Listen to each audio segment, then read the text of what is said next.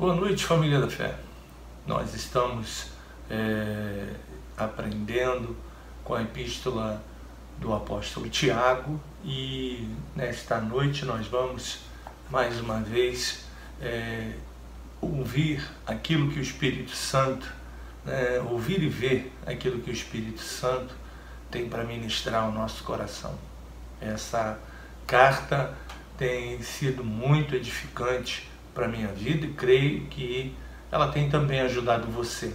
Como você já sabe, é uma das primeiras epístolas que foi escrita no Novo Testamento e ela tem um cunho de conduzir você, eu, à maturidade cristã, a um crescimento espiritual. E Tiago, você já sabe, ele é um pastor da igreja de Jerusalém e ele tem a direção do Espírito Santo para conduzir o rebanho, para orientar o rebanho na graça, no conhecimento e no desenvolvimento da fé, ok? Então, antes de a gente refletir um pouco sobre esta epístola, hoje nós vamos tratar o assunto do capítulo 2, nós queremos orar e pedir ao Espírito Santo que ele conduza tudo quanto nós trataremos aqui nessa live e possa ministrar ao teu coração e ajudar você a crescer como igreja, aonde Deus tem plantado a sua vida. Pai, no nome de Jesus, nós te agradecemos, Senhor, nós te louvamos pela santa presença do teu Espírito que habita em nós.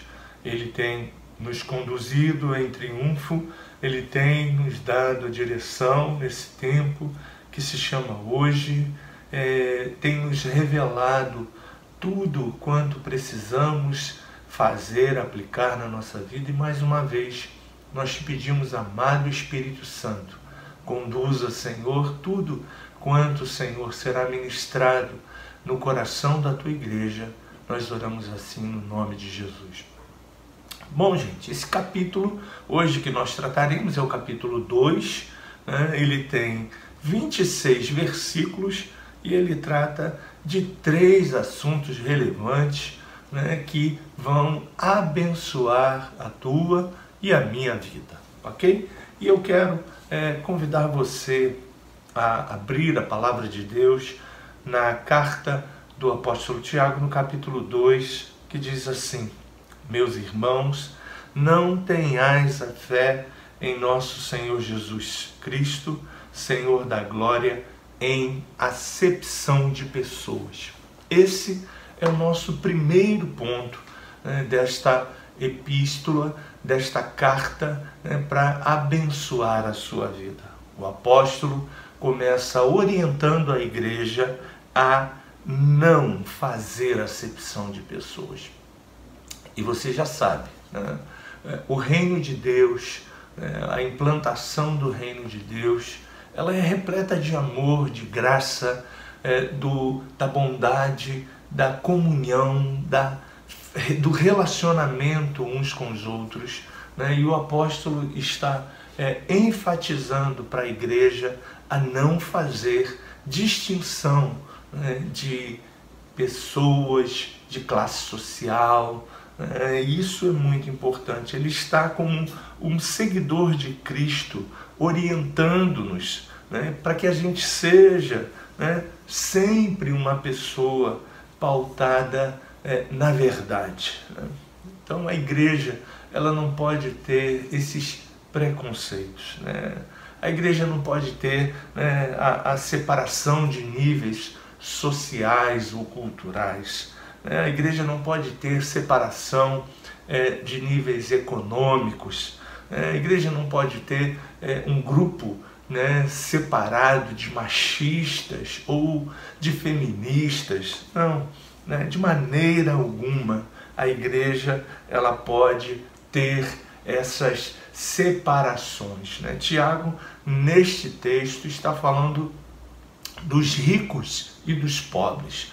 A igreja local estava dando uma prioridade, pelo que o texto nos fala, àqueles que tinham mais relevância econômica, né? E Tiago está orientando, então, a não termos essa postura, né? Você sabe muito bem, na família da fé, onde nós estamos plantados ali no bairro de Bangu, né? Nós temos procurado sempre combater esse tipo de postura, né? Nós não compactuamos, né, com partidarismos, nem esses grupos, né, individuais, né? Nós rechaçamos todos eles, né? E nós cremos que como igreja nós somos um corpo. A Bíblia diz no Salmo 133, ó quão bom e quão suave é que os irmãos vivam em união. Então, nós como igreja precisamos estar unidos, precisamos estar vivendo, né, essa unidade, sem distinção, né, sem partidarismo, né, olhando unicamente para Jesus. Lembre-se, igreja do Senhor, nós somos um corpo. E no corpo, todas as pessoas têm a sua importância. No corpo, todos os ministérios são importantes. No corpo, a igreja é importante. Então, o conselho de Tiago, o primeiro conselho, e eu quero deixar isso aqui bem claro para você, que você, como igreja que quer crescer na graça, no conhecimento, na maturidade cristã, procure nunca fazer acepção, nem separação, mas sim ter o olhar de Cristo, o olhar do reino de Deus, o olhar que nos alcançou, o olhar do amor. Ok? Vamos continuar aqui. Ele diz assim,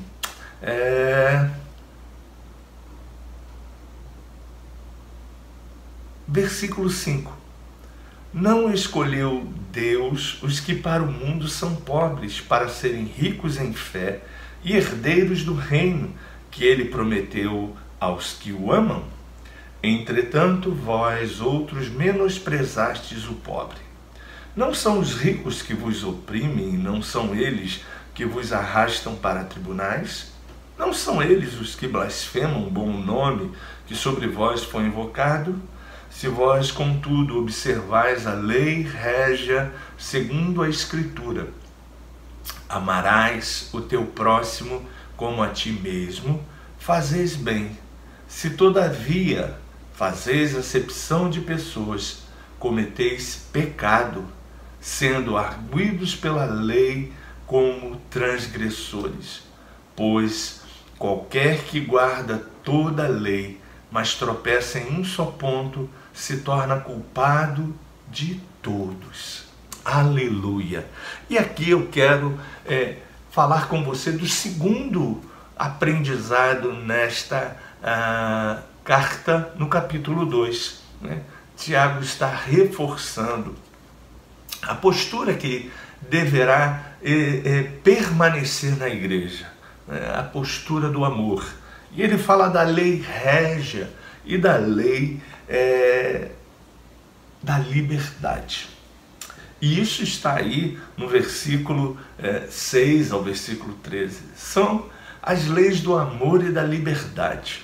A lei do amor é chamada a lei do reino, e ela nos ensina a termos a mesma postura que Cristo teve. Você lembra, né? Cristo deixou o seu trono de glória, Cristo, por amor a você, por amor a mim, veio a este mundo, morreu naquela cruz, para consumar a obra de reconciliação conosco com o Pai, introduziu o reino de Deus, e tudo isso Cristo fez por nós, por amor, gente. Então, esse amor deve reinar no meu e no seu coração. Então, na Bíblia, o amor nunca é sentir. Não, não. O amor é fazer. O amor que o reino de Deus nos orienta não é contemplativo, mas é dinâmico. São ações, são atitudes. Olha o que diz a palavra de Deus. Deus amou o mundo de tal maneira que deu o seu Filho. Lembra disso? Ele deu o seu Filho por você. Deus prova o seu amor para conosco em que Cristo morreu por nós. João, o apóstolo, também chamado o apóstolo do amor, na sua epístola, no capítulo 3, no versículo 18, na sua primeira epístola, ele diz assim: meus filhinhos, nosso amor não deve ser somente de palavras e de conversas, mas deve ser um amor verdadeiro, que se mostra por meio de ações. O amor, então, minha gente, não é um sentimento apenas, não.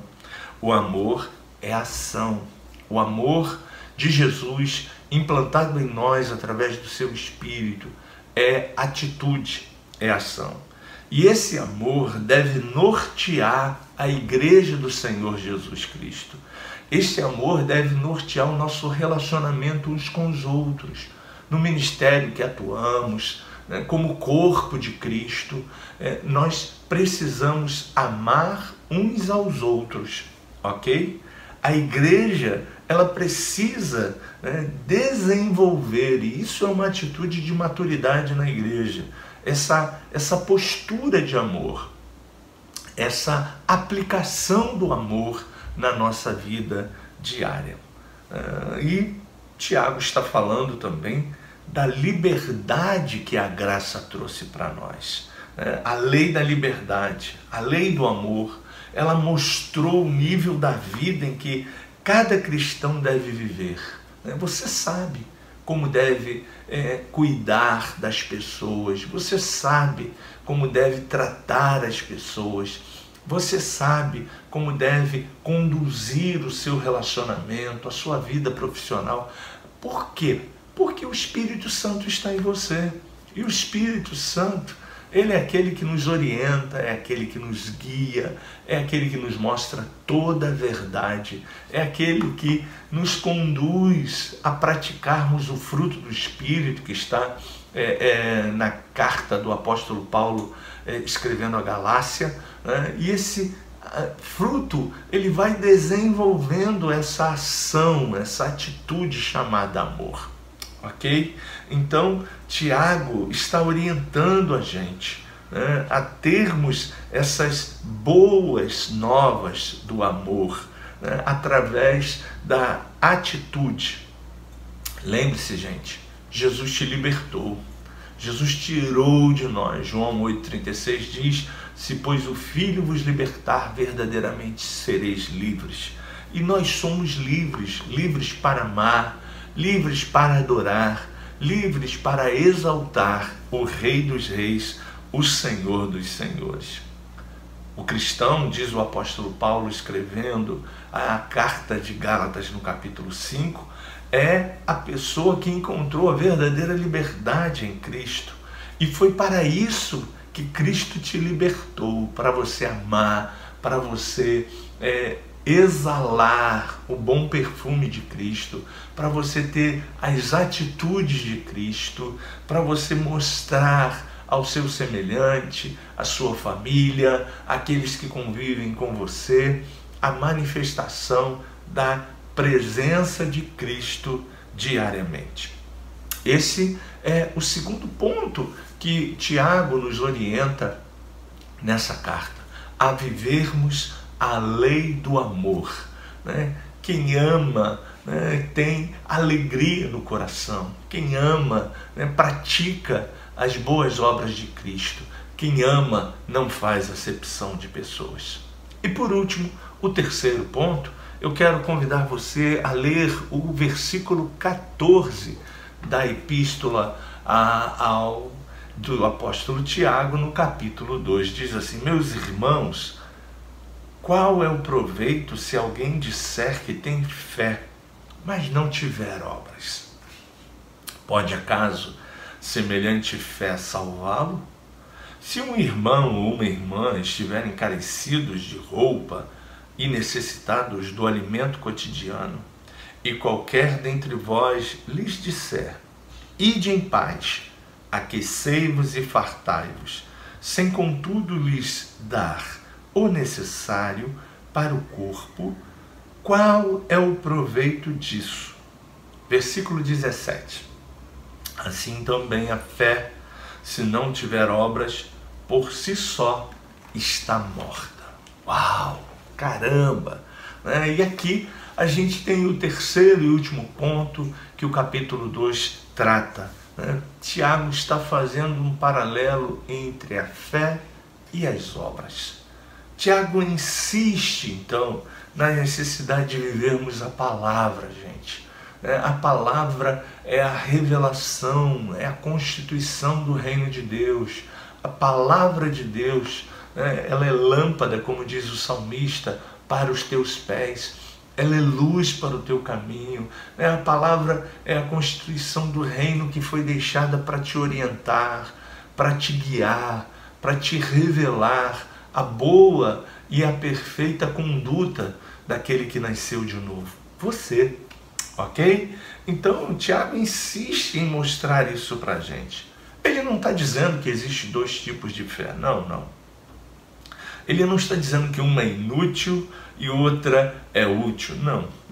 Tiago está está nos orientando, que a fé não pode ser apenas sentimentos.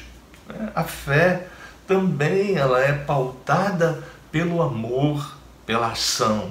E eu quero lembrar a você, ele diz assim, olha, se um irmão ou uma irmã estiverem nus, estiverem em falta de mantimento cotidiano, e algum de vós lhes disser, ide em paz, aquentai-vos e fartai-vos, e não lhe derdes as coisas necessárias para o corpo, que proveito há nisso?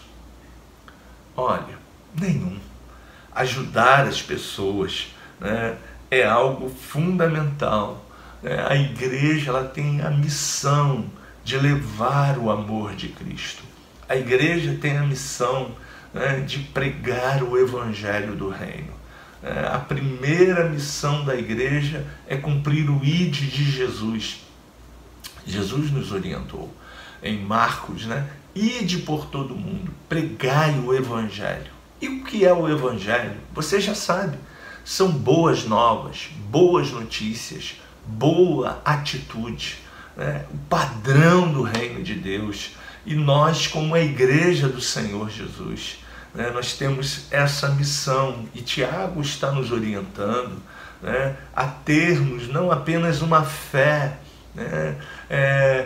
pautada com palavras, mas também com obras. E a questão central aqui, Tiago está falando para a gente que um coração cheio de fé, da fé genuína, vinda do trono de Deus, gerada pela ação do Espírito Santo, ela vai ter atitude, ela vai ter obras, ela não vai deixar de conduzir as coisas para uma boa ação no reino de Deus. Tiago está falando para a gente que nós, como igreja, nós não temos uma fé enclausurada, mas essa fé abriu os nossos olhos, ela nos mostra utilidade. A nossa fé ela é evidenciada com amor. E você já sabe, a gente falou no ponto 2, o amor é ação, o amor é atitude. E a gente tem essa fé autêntica. E Tiago está falando isso para a gente. Pastor, tem alguma contradição entre a fé que Tiago está ensinando para a gente e a fé que o apóstolo Paulo falou em Romanos? Claro que não, gente. A Bíblia não tem nenhuma contradição. A Bíblia ela é um conjunto de coisas que estão unidas num só propósito, numa só fé. Ela é cristocêntrica e dentro desta visão cristocêntrica temos a direção como igreja para caminharmos juntamente com Cristo. Então não há contradição entre o que Tiago está falando e o que o apóstolo Paulo falou. E não há discordância entre os dois textos, né? E é importante você saber disso. Existem regras de interpretação da Bíblia e elas nos ensinam, né, o propósito do autor, né, o propósito daquilo que foi escrito. Lembre-se, Paulo é um teólogo, né, e sua carta escrita para Roma, né, em Romanos, ele está falando de um tratado onde ele está orientando a igreja de Roma sobre a salvação. Realmente, né, você não precisa ter nenhuma obra para receber a salvação. De graça recebestes, de graça dais. Efésios capítulo 2, versículo de 8 a 9, diz: pela graça sois salvos mediante a fé. Isso não vem de vós, é dom de Deus, não vem das obras, para que ninguém se glorie. Então você já sabe, a sua salvação não tem nenhuma ação sua, pelo contrário, ela veio pela dádiva de Deus. A obra consumada foi perfeita. Então Cristo morreu naquela cruz, comprou-nos com o seu sangue, deu a sua vida por nós, e através da obra consumada da cruz, todos aqueles que aceitarem o plano da salvação já estão reconciliados com Cristo, já vivem uma nova vida, nasceram de novo, como diz João capítulo 3. E tudo isso não são atitudes que você e eu estamos aí fazendo com obras. Não, claro que não. Foram realizadas por Jesus Cristo na cruz do Calvário. Agora Tiago está falando uma coisa muito legal. Você aceitou Jesus, você é igreja, está inserido no corpo de Cristo e agora você é nova criatura, as coisas velhas já passaram, você tem a natureza de Cristo dentro de você, o Espírito Santo habita dentro de você e você agora tem uma missão, um propósito, que através dessa nova realidade, daquilo que tu és, você vai desenvolver essa fé, você vai aplicar essa fé, você vai ter uma postura cristã com esta fé, porque a palavra de Deus te orienta, e diz, sem fé é impossível agradar a Deus, e a fé ela também é praticada, e Tiago está falando para isso, está nos orientando, dizendo esse comportamento que você e eu, como cristão, devemos agora proceder em fé. Temos fé, e a fé em Cristo nos mostra o amor, nos mostra as ações e as atitudes que precisamos ter como igreja. Paulo está falando do plano da salvação. Tiago está falando das atitudes agora, como igreja, que você e eu precisamos praticar. O que Paulo está dizendo para o povo de Roma é que eles foram salvos pela graça, e obras não têm nenhum valor na salvação. Só fé é válida. Mas o que Tiago está dizendo para a gente é que após a conversão, a sua fé, a minha fé, ela atua com atitude, ok? Veja o que diz o versículo 22. Sua fé se tornou perfeita por meio das suas ações. Vamos ler na nossa versão. Veja só.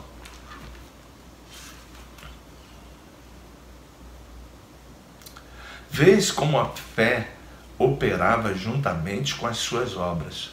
Com efeito, foi pelas obras que a fé se consumou e se cumpriu a Escritura, a qual diz: ora, Abraão creu em Deus, e isso lhe foi imputado para a justiça, e foi chamado amigo de Deus. Verificais, versículo 24, que que uma pessoa é justificada por obras e não por fé somente. De igual modo, não foi também justificada por obras a meretriz Raabe, quando acolheu os emissários e os fez partir por outro caminho?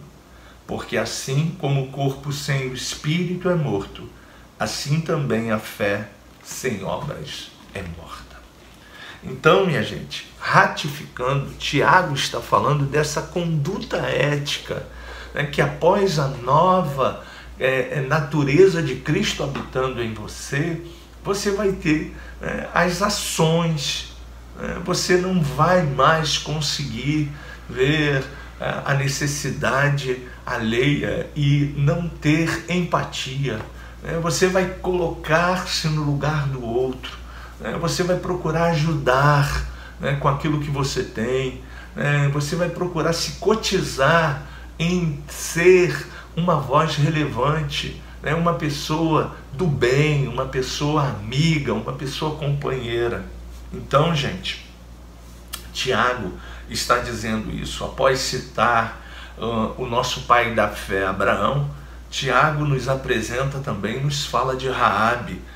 Raabe está elencada juntamente com Abraão no livro de Hebreus, no capítulo 11. Raabe está no capítulo 2 de Josué, o capítulo 6. E tanto Abraão quanto Raabe, depois de terem tido um encontro de salvação na antiga aliança com Jesus Cristo, com Deus, com o Espírito Santo, eles praticaram o reino de Deus com ações. Abraão, ele praticou isso. Então, Raabe também. Diz a palavra de Deus que ela conheceu a boa notícia das coisas que estavam acontecendo com a nação de Israel na conquista de Canaã. E diz o texto que ela se colocou, teve uma ação para proteger, para cuidar dos espias que estavam em Jericó, e através do seu ato de fé com ação, em guardar os espias, em proteger os espias, diz o texto que Raabe foi inserida na família de Deus em Israel. Então, gente, é isso que Tiago está dizendo para a gente, que a fé agora gerada no teu espírito, ela vai produzir boas obras, ela vai produzir coisas boas, ela vai trazer o padrão do reino de Deus e de uma pessoa recriada pelo Espírito Santo. Lembre-se, gente, essa palavra de Tiago, ela está nos incentivando a termos uma fé autêntica, envolvente, sem limites, tendo uma plena e abundante visão daquilo que somos, daquilo que recebemos do Espírito Santo para abençoar todos aqueles que estão ao nosso redor. Que você pense nisso, que você possa ser esta igreja, aonde tu estás implantado, abençoando pessoas, não fazendo acepção de pessoas, amando pessoas e vivendo a fé genuína do reino de Deus aqui nessa terra. Que Deus te abençoe, rica e abundantemente. Uma boa noite para você.